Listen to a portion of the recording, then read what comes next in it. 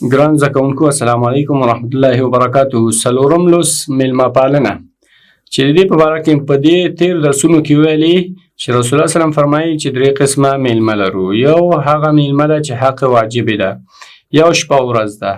په دې یو شپه ورځ کې به هغه خاص قدر کوو، خاص پالنه به یې کوو او هغه ته به د خپل وس او اندازې خاص هغه پخلی او کوم شی چې ورته تیاروو. د هغه نه بعد چې 3 شپې او 3 ورځې نور دي، هغه بیا مستحب حق ده. مستحب حق ده، هلته به هم موږ د هغه خاص فکر کوو، هغه ته به متوجه اوسو، هغه به یوازې نه پرېږدو ځکه میلمه ده. او په حدیث کې وایي چې هر میلمه خپل رزق راوړي او د نورو سره د هغه په دسترخوان شریکوي او هغه سره برکت زیاتیږي. که فکر مو وسي پخواني خلک به ډېر میلمه پالنه او میلمه پاله وو. میلمه به همیشه کراته، اوسني خلکو کره ډېر لږ میلمه راځي. دا خبره په اوسني دود او دستور کې ډېر کمه ده. نو ګرانو زده کوونکو، د هغه په باره کې د علي رضی الله عنه حدیث هم ویلي چې حضرت علي رضی الله عنه ویلي چې د قبر څخه به د 15مې سپوږمۍ په شان هغه څوک راپاڅېږي چې میلمه سره مینه لري، میلمه پاله اوسي. او د هغه په باره کې هم دا هم ویلي چې د میلمه پالنه د جنت کلي ده. یعنی د جنت کلي خو موږ تاسو لا اله الا الله ویلي، نیک اخلاق مختلف هغه راځي. دلته مراد د دې څخه څه شی ده؟ هغه د کلي هغه غاښونه دي. نو ګرانو زده کوونکو، د حدیث هم ډېر زیات ویلي. اوس راځو د هغه خپل درس ته ګرانو زده کوونکو، چې موږ او تاسو څه شی ویلی؟ درناوی او خدمت کوي. دغه خطه پورې مو ویلي ګرانو زده کوونکو. د دې نه مخکې ورځم او میلمه د لوی خدای جل جلاله عطا ګڼي. که موږ او تاسو فکر وکړو دې عبارت باندې چې هر چاته الله پاک میلمه نه په نصیب کوي، ځکه میلمه د الله میلمه وي. بعضې میلمه چې موږ وګورو هغه خپل ځان سره رزق راوړي، هغه خپل ځان سره برکت راوړي، نو ستا په دسترخوان یې شریکوي. باید هغه ته داسې فکر وکړې چې رب العالمین دا ماته راکړو او د هغه خدمت وکړې. که څه هم زموږ د ځینو خلکو اقتصادي حالت ښه نه دی، خو کله چې د چا کور ته میلمه راشي نو د هغه قدر، درنښت او خدمت لپاره هر څه چې په کور کې لري په ډېر اخلاص سره یې پخوي.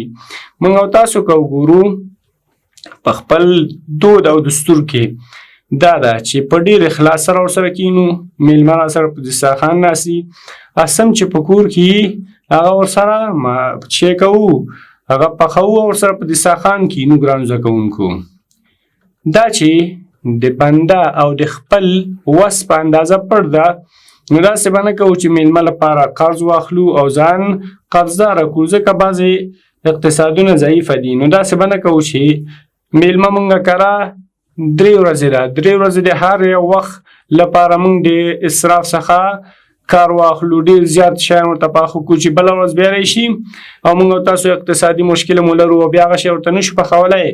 نو تا بنده ګیله کوي چې والا اوس د دې خلکو راته زړه تنګ ده او د ما د تګ راتګ څخه دوی خفه شوي دي یا زړه راته تنګ ده. نه، که ته یو پیاز مات کړي او د میلمه په مخ کې کښېږدې، هغه یې به یې وخوري، خو چې ورین تندی ولري او که چېرته ستا تندی ورته تریو کړی وي نو میلمه طبعا څه شی کېږي؟ خفه کېږي او په ډېر عزت یې ورته په مخ ږدي.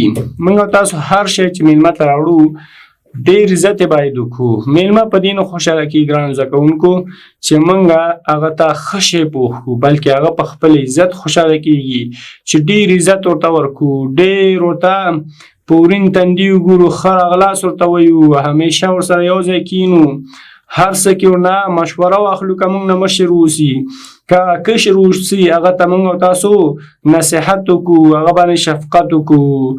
همداراز زموږ خلک له خپلو میلمنو سره په ورین تندي خبرې کوي. همیشه باید میلمه سره په څه شي؟ ورین تندي ښه راغلاست سره خبرې وکړو. په همدې توګه زموږ خلک هیڅکله داسې حرکت نه کوي چې د میلمه د خفګان سبب وګرځي. نو د دې عبارت څخه دا یادوو چې موږ به داسې یو کار نه کوو چې میلمه زموږ څخه خفه شي، ځکه که میلمه خفه شي نو هغه میلمه بیا نه راځي. همدارنګې د میلمه خفه کېدل د خدای پاک خفه کول دي. نو ګران زده کوونکو کوشش به مو دا وي چې هېڅکله میلمه خفه نه کړو او په ډېره مینه ورسره ناسته ولاړه وکړو. کله چې میلمه راځي که جګي یو ځای ته ځي راځئ ورونو بیرون ته ځو، ستاسو دا کلی ګورو، ستاسو دا کور ګورو، ستاسو دا ټولنه ګورو، ستاسو دا نایه ګورو او ګرځو ورسره. نو په ډېره هغه سره اخلاص سره په ډېره مینه.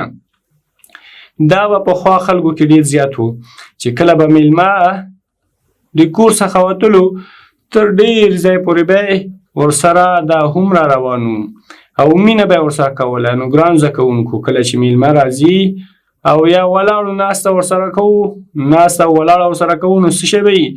ډېر په مینه. ځکه دوی په دې باور لري چې که چېرته میلمه ورڅخه خفه شي نو په حقیقت کې خدای جل جلاله د هغه رسول اکرم صلی الله علیه وسلم خفه کړی او یا ورڅخه خفه شول. نو ګران زده کوونکو په دې کې مو خاص فکر اوسه چې کله تاسو ته میلمه راځي، میلمه پالنه دا نه چې د هوټل څخه ورته ډوډۍ راوړې. میلمه پالنه دا نه چې میلمه ته د حد او انداز څخه زیات قدر ورکړي، اسراف وکړي.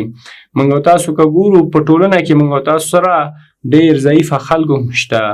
هغه میلمه چې په ډوډۍ باندې خوشحاله کېږي هغه اصلا میلمه نه ده. میلمه ده چې خپل وس او اندازې ته وګوري او میلمه ووایي چې تاسو اسراف مه کوئ. ځکه موږ او تاسو که د صحابه و سیرت وګورو نو حضرت عمر رضی الله عنه د اسلام دویم خلیفه هېڅکله په یو هغه کې په یو دسترخوان کې دوه قسمه غذا نه ده خوړلې. موږ یو میلمه ته سلاد څومره په حد په اندازه کړو، هغه ته نور شیان اسراف وکړو، حتی آخر کې پاتې شي ویسې واچوو او په چاپېریال کې میلمه سره څنګ کې خپل د همسایه فکر را سره نه چې د همسایه به وږی تږی به وي. دغه شی چې موږ پخوو نو د دې هغه یو حد او انداز خپل همسایه فکر مو وکړو، په هغه کې اسراف ونه کړو. زما ځانګړې خبره دا وه چې باید موږ څه شی ونه کړو، موږ اسراف ونه کړو او میلمه په دې نه خوشحاله کېږي چې ته ښې ډوډۍ باندې ونازوې بلکې په ښه اخلاقو یې ونازوې. لنډه دا چې میلمه پالنه د تاریخ په اوږدو کې د افغانانو یو غوره او ځانګړی صفت دی. ګرانو زده کوونکو زموږ او ستاسو د اخلاقو میلمه پالنې په باره کې په نړۍ کې ډېر فلمونه جوړ شوي دي چې هغه د افغانانو دا عنعنات او کلتور بیانوي چې میلمانه کله چې موږ او تاسو افغانان ګورو نو افغانان میلمه پاله خلک دي. ځانګړی صفت دا چې میلمه خوښوي. حتی پخوا له دې نه به میلمه د ټولو دسترخوان کې سره کېناسته، خو دا چې موږ او تاسو اوس میلمه د یو دسترخوان کې نه کښېني هغه به دا وجه وي چې د اسلام څخه به خبر لرو. ځکه هغه به زموږ او ستاسو په ټولنه کې دا وي چې باید هغه د نارینه‌و سره کښېني او هلته یې ونازوو چې د نړۍ خلک ترېنه هم خبر دي. ټوله نړۍ د افغانانو د میلمه پالنې، د میلمه ډېر قدر، میلمه خوښول، میلمه سره حتی د خپل وس او انداز کومک کول. مخکې به چې کله زموږ او ستاسو سپین ږیرو څخه پوښتنه وکړو میلمه به راغی کلي ته، کله به چې میلمه په اخره کېدو نو میلمه سره به یې کومک هم وکوو. کوم ځای نه راغلی؟ فلاني ځای نه. ولاړه د لارې کرا در سره واخله او زه ډېر خوشحاله شوم همیشه راشي ته زموږ د پلار نیکه خپلې. اوس هم دلته په زموږ او ستاسو په ټولنه کې دا کار شته ده چې میلمه راځي او د میلمه د دې لپاره راځي چې ولا زه ستا د پلانکي نیکه ورور او یا پلار څه شی هم دوست هم نو زه نه غواړم چې دا دوستي ختمه کړم او زموږ دغه ویاړ څه شی ده زموږ او ستاسو ستاینه ده. نو ګرانو زده کوونکو مخکې له دې څخه چې زه دا درس ته ختم کړم میلمه پالنه په ډېره خلاصه ټکو کې درته بیانوم.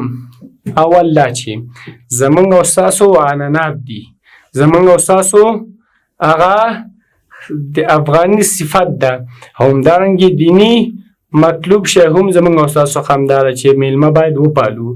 میلمه کې بعضې میلمه داسې ده چې هغه که چېرته وګوري چې خپل د پلار کور خپل د